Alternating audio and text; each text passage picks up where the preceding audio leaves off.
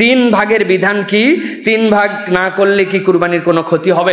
আকিকা কুরবানির সাথে দেওয়া যাবে কিনা? স্বামী দিলে স্ত্রীর আদায় হয়ে যাবে কি না? অসুস্থ থাকায় কুরবানি করতে পারিনি, যদিও আমার উপরে ওয়াজিব ছিল। এখন আফসোস হয় মনে মনে, 1 বছর হতে চলল। কুরবানি করার পরবর্তীতে এখন আমার জন্য করণীয় কি? আমার এক ভাই আছেন, কুরবানি নানা অজুহাতে দেয় না। আমার মনের মধ্যে দুঃখ, এই কারণে আমি তার পক্ষ থেকে কুরবানি আদায় করে দিতে পারবো কি না। বিদেশে থাকে আমার ভাই, তার কুরবানি কি দেশে করলে আদায় হবে? জি। ভাগে কুরবানি করা যাবে কিনা? জি। ওজন করে পশু কিনলে কুরবানি হবে কি? বাংলাদেশে এখন বিভিন্ন জায়গাতে ফিতা দিয়ে মেপে ওজন বের করা হয়, এরপরে হিসাব ক্যালকুলেশন করে কুরবানির পশু কেনা হয়। বিধান জানাবেন। আকিকা কুরবানির সাথে দেওয়া যাবে কিনা?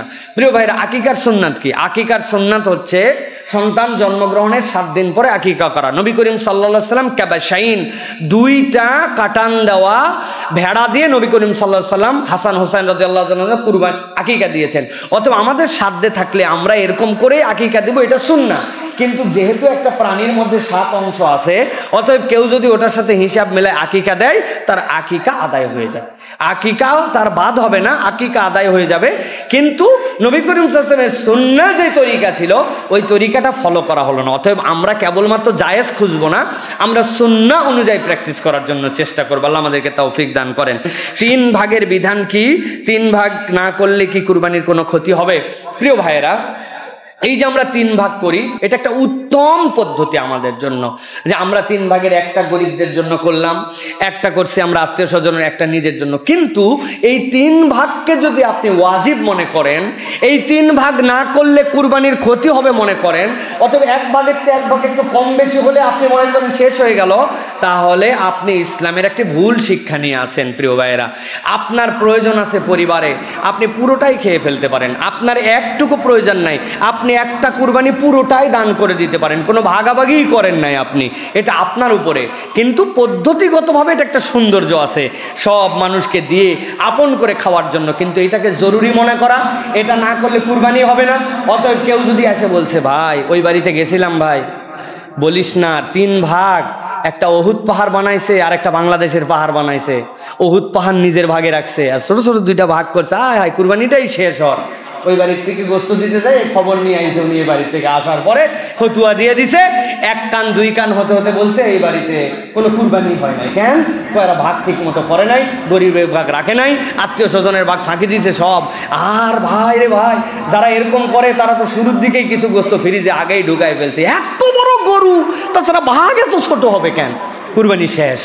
এই যে আমরা বাজে ফতুয়া দিয়ে বেড়াচ্ছি, বাজে কথা মানুষের কাছে বলে বেড়াচ্ছি, এগুলো অজ্ঞতা। 3 ভাগ আহসান, তরিকাটা সুন্দর, এটা করতে পারলে আলহামদুলিল্লাহ। কিন্তু এই ভাগে যদি কম বেশি হয়, অতএব পুরো ভাগ যদি কেউ খেয়ে ফেলে, দিয়ে ফেলে, এতে ইসলামের কোনো বেরিয়ার নাই, কেননা ইসলাম ভাগ করাকে নির্ধারিত করে দেয় নাই। আল্লাহ আমাদেরকে বোঝার তৌফিক দান করুন। স্বামী দিলে স্ত্রীর আদায় হয়ে যাবে কি না? স্বামী যদি বলে কই স্ত্রীর ভাগটা দেয়, তাহলে আদায় হবে। কিন্তু স্ত্রী টাকা পয়সার মালিক, স্বামীও দেয় নাই, স্বামীর কুরবানি দিছে, স্ত্রীর কুরবানি আদায় হবে না। কিন্তু যদি স্বামী মনে করে যে আমার স্ত্রীরও একটা অংশ আমি কুরবানির মধ্যে দিলাম, তাহলে স্ত্রীরটা আদায় হবে, স্ত্রীকে বলে নিতে হবে। কিন্তু আপনি মনে করতেছেন আমার পরিবারের পক্ষ থেকে আমার স্বামী দেয়, কিন্তু স্ত্রী 10-20 ভরি সোনার মালিক, কয়েক লক্ষ টাকা ওনার নামে ব্যাংকে FDR আছে, অমুক আছে তমুক আছে, উনি নিজেই কুরবানি দাতা হবেন, তাহলে ওনাকে ইন্ডিভিজুয়ালি কুরবানি দিতে হবে। স্বামীর কুরবানি আদায়ের দ্বারা স্ত্রীর কুরবানি হবে না। জাকাত যেরকম স্বামীরটা আদায়ের দ্বারা স্ত্রীরটা হবে না, কুরবানিও একই হুকুম। প্রিয় ভাইয়েরা, অসুস্থ থাকায় কুরবানি করতে পারিনি, যদিও আমার উপরে ওয়াজিব ছিল। এখন আফসোস হয় মনে মনে, 1 বছর হতে চলল। কুরবানি করার পরবর্তীতে এখন আমার জন্য করণীয় কি? প্রিয় ভাইয়েরা, এখানে 3টা হালত ভালো করে বোঝেন।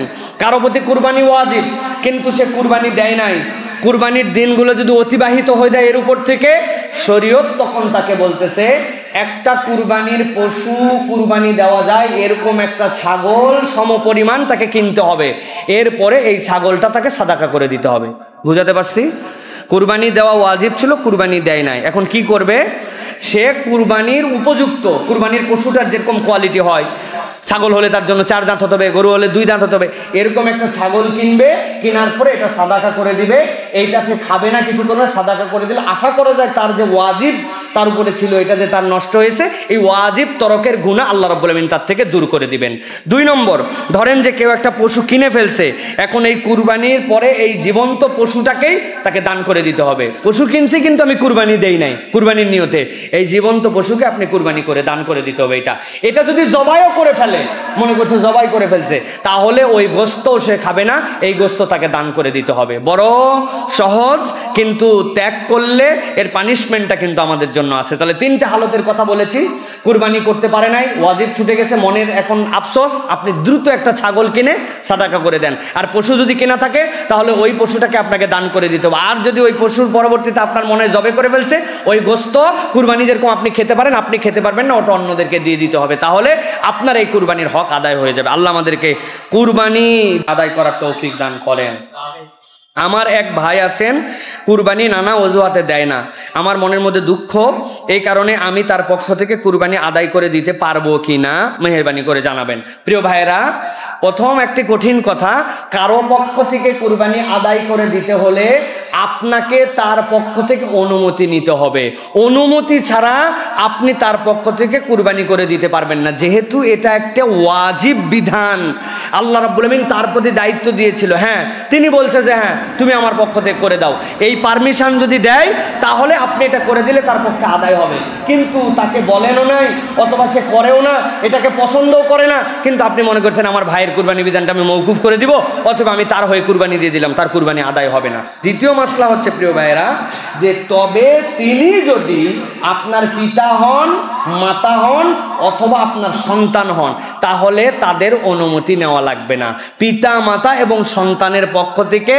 কেননা আল্লাহর নবী বলেছেন সন্তানের কামাই পিতা মাতার, পিতা মাতা কোনো অনুমতি ছাড়াই সন্তানের কামাই নিয়ে নিতে পারবে, কোনো অনুমতি নিতে হবে না। আমার সন্তান কামাই করছে, আমি বাপ হিসাবে আমি নিতে পারবো, আল্লাহ অধিকার দিয়েছেন পিতামাতাকে, সেই হিসাবে কোনো সন্তান যদি পিতামাতার পক্ষ থেকে আদায় করে দেয় সেইখানে অনুমতি লাগবে না, তার কুরবানি আদায় হয়ে যাবে। কিন্তু ভাইয়ের পক্ষ থেকে, অন্যর পক্ষ থেকে কুরবানি দেয় না, এই লোককে বাঁচানোর জন্য আপনাকে অনুমতি নিয়ে তারপরে আপনাকে কুরবানি আদায় করতে হবে। প্রিয় ভাইয়েরা, একজন প্রশ্ন করেছেন, বিদেশে থাকে আমার ভাই, তার কুরবানি কি দেশে করলে আদায় হবে? জি, পৃথিবীর যে কোনো দেশে যেখানেই থাকুক, কুরবানি যদি কেউ আদায় করে, বাংলাদেশে কেউ আছে আর হচ্ছে তার ভাই বিদেশে থাকে, তার কুরবানি বাংলাদেশে আদায় হবে।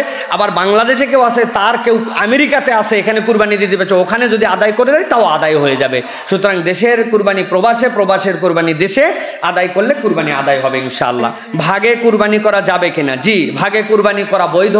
এ নিয়ে ইজমাউল উম্মাহ, এ নিয়ে যে উল্টাপাল্টা কথা বলবে সে ইসলামের মধ্যে নতুন কিছু সৃষ্টি করার জন্য চেষ্টা করবে। রাসূল সাল্লাল্লাহু আলাইহি সাল্লাম থেকে, সাহাবায়ে কেরাম থেকে, উম্মতের ইজমা থেকে প্রমাণিত ভাগে কুরবানি করা যাবে, এতে কোনো আপত্তি নাই। ভাগ পূরণ না হলে কি করব? ভাগ পূরণ বলতে বোঝাচ্ছেন যে একটা যদি মহিষ বা একটা যদি গরু হয় 7 ভাগ, কিন্তু 3 জন লোক হয়েছে, কোনো সমস্যা নাই, ভাগ পূরণ করতে হবে, এরকম কোনো মাসালা নাই। গরুর দাম 70,000, 3 জন সমান করে যে 3 ভাগ বানাইছেন, 7টা নাম দিতে হবে, বিষয় এরকম নয়।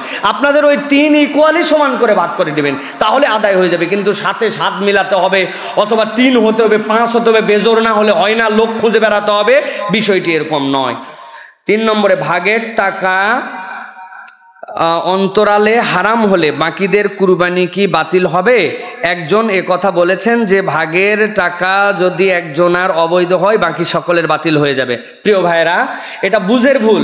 ভাগের টাকা আপনারা জেনে বুঝে সকল মানুষের মধ্যে আপনারা নিয়েছেন যে আমরা 7 জনকে আমরা জানি যে আমাদের টাকা সহি, কিন্তু কোনো একজন হারাম টাকা ঢুকাইছে, তাহলে কি কুরবানি বাতিল হবে? না, কুরবানি বাতিল হবে না। কিভাবে? দেখেন, 60টা ভাগ মানে কি? আল্লাহ রসুল সাল্লাল্লাহু আলাইহি সাল্লাম 60টা প্রাণীর ইকুয়াল এই জায়গাতে একটা প্রাণীর মান নির্ধারণ করেছেন। আপনার মহল্লায় 7 জন লোক 7টা ছাগল কুরবানি দিয়েছে, একজন চুরি করা ছাগল কুরবানি দিয়েছে, অতএব বাকি 6 জনেরই কুরবানি বাতিল। বাতিল তো না ভাই? কেন? সবাই যে ছাগল দিয়েছে 7 জন মহল্লা, তো ঠিক একই রকম এই কুরবানির মধ্যেও 7, কিন্তু 7টা জীবনকে আল্লাহ আলাদা করে একটাকে ইকুয়াল বানাইছেন। অতএব যদি কেউ এরকম করে তার কুরবানি বাতিল হবে, বাকিদের কুরবানি ইনশাল্লাহ বাতিল হবে না। লা তাজিরু ওয়াজিরাতুন উযরা উখরা, আল্লাহ একজনের বোঝা আরেকজনের পিঠের মধ্যে চাপায় দেন না। তবে প্রথমেই বলে নিয়েছি, এই লোক মুত্তাকি, এই লোকের টাকা হালাল, এই লোক আল্লাহ আল্লাহ রসুলকে পছন্দ করে, আপনার সাধ্য অনুযায়ী আপনি ইনভেস্টিগেশন করে সাথী বানাইছেন, এরপরে হারাম করলে আল্লাহ তার সাথে হিসাবে বুঝবেন, আপনার কুরবানির দ্বারা বাতিল হবে না ইনশাআল্লাহ। আর ওজন করে পশু কিনলে কুরবানি হবে কি? বাংলাদেশে এখন বিভিন্ন জায়গাতে ফিতা দিয়ে মেপে ওজন বের করা হয়, এরপরে হিসাব ক্যালকুলেশন করে কুরবানির পশু কেনা হয়। বিধান জানাবেন। প্রিয় ভাইরা, কুরবানির ক্ষেত্রে খুব সাংঘাতিক বিষয় এটা।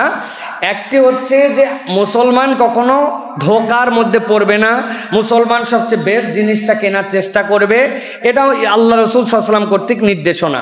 কিন্তু এই নির্দেশনার মানে এই নয় যে আমি কুরবানিতে জিতলাম কি হারলাম এই জন্য আমি একদম পল্লা পাথরে ওজন করে পশু কিনতেছি, একবারে গোস্তে যেন আমার পর্তা হয়।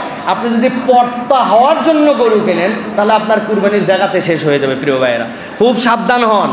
হ্যাঁ, এখন যারা কুরবানির গরু বিক্রি করছেন তারা আপনাকে জানাচ্ছেন যে আমি যে আপনার কাছে 1 লক্ষ টাকা পশুটার দাম চাচ্ছি, পশুটার সাইজ কি, পশুটা দেখতে কেমন, এর গায়ে কতটুকু পরিমাণ তার গোশত হতে পারে, এটা একটা ধারণা দিচ্ছি, কেননা আপনি যেন ঠকে না যান, বাজারে তো এটা বিক্রি হচ্ছে, এটা মুসলমানের জন্য জায়েজ। কিন্তু কিনে নিয়ে আসার পরে বলছে কত দিয়ে কিনলেন? 80,000। কয় আরে বেকুবের বেকুব, একই সাইজের গরু আমি কিনছি 65,000, তোর তো কোনো পর্তাই হয়নি।